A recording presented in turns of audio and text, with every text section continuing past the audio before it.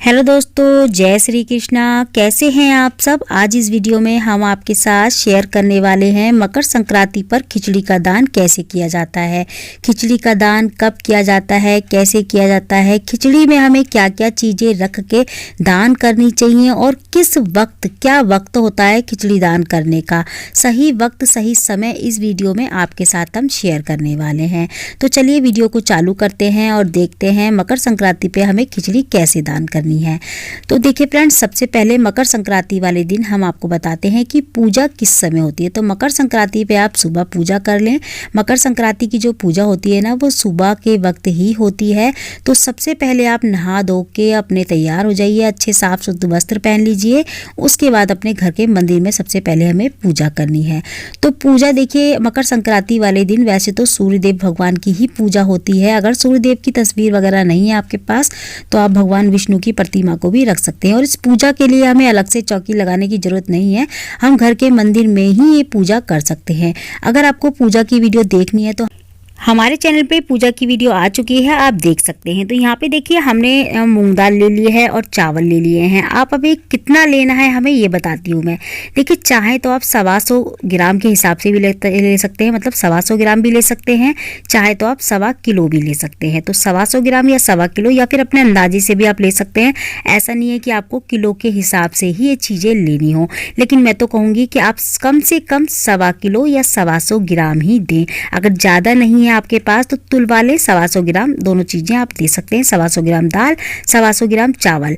और अगर आप तिल भी दान कर रहे हैं, साथ में तिल भी चढ़ा रहे हैं, साथ में दान कर रहे हैं, तो आप 125 ग्राम तिल भी तुलवा लीजिए। 125 ग्राम गुड़ भी ले सकते हैं या फिर 1.25 किलो के हिसाब से भी ले सकते हैं। जैसे कि मैं आपको बता रही हूँ, काले तिल हमने चढ़ाने के लिए लिए हैं। तो जब आप पूजा करें सुबह तो इस सारी चीज़ों को इकट्ठा कर ले, जो भी आप दान में देने वाले हैं, चाहे वस्त्र दे रहे हों, चाहे आप खाली खिचड़ी दे रहे हों।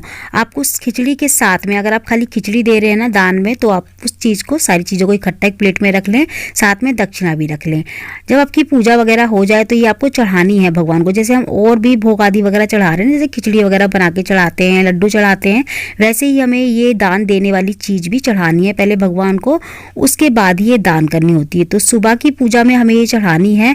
और देखिए, ये चीज़ें निकाल के हमें चढ़ाने के बाद, उसके बाद जब पूजा हो जाए आपकी, इस तरीके से सीधे हाथ में जल लेके हमें 2 बार जल को वारना है। जो दान देने वाली चीज़ है उसके आसपास देखिए, इस तरीके से गोल गोल हमें 2 बार वारना है। उसके बाद ये चीज़ हो गई, हम मनसी हुई। अब ये हमने मिनस ली है, अब ये दान देने के लिए तैयार है। तो अब हम इसको दान दे सकते हैं।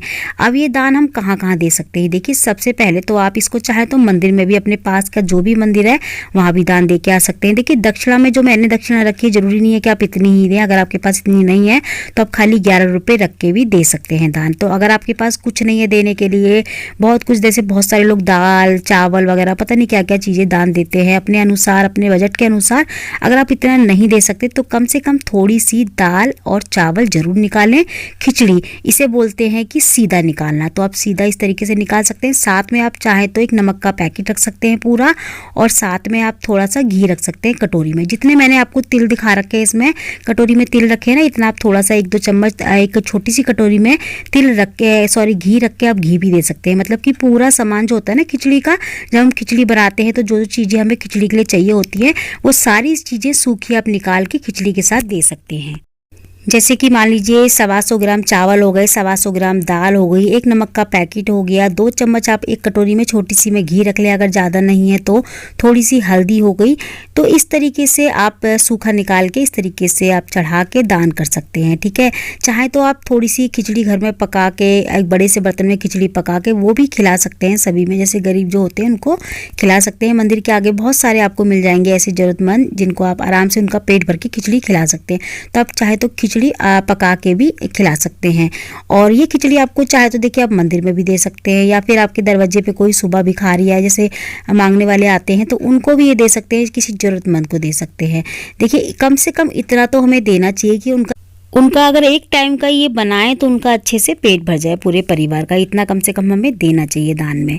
तो ये सामग्री हम जो है ना, सुबह सूर्य उदय होने से लेके और सूरज ढलने से पहले पहले हमें ये दान देना होता है। इस चीज़ का आपको ध्यान रखना है। जब सूरज उगता है उस समय से लेके और दिन में ही, मतलब शाम का सूरज जब डूबे उससे पहले पहले हमें ये दान करना है, मतलब दिन में ही हमें ये दान कर लेना है। तो अगर आप सुबह सुबह मंदिर में, मतलब मंदिर में दान देने वाले हैं तो आप सुबह सुबह ही ये दान दें, क्योंकि मंदिर में, हर मंदिर में मकर संक्रांति वाले दिन खिचड़ी पकती है। तो ये जो हम दान देते हैं ना खिचड़ी का, तो वहाँ पे ये चीज़ें भी शामिल हो जाती हैं। उन्हीं जो है ना जो खिचड़ी बनती है तो उन्हीं चीज़ों में, उन्हीं चावल वगैरह में, दाल वगैरह में ये सारा सामान हमारा शामिल हो जाता है। तो ये सभी लोग जो है ना प्रसाद के तौर पे उसी में मिक्स होके खा लेते हैं।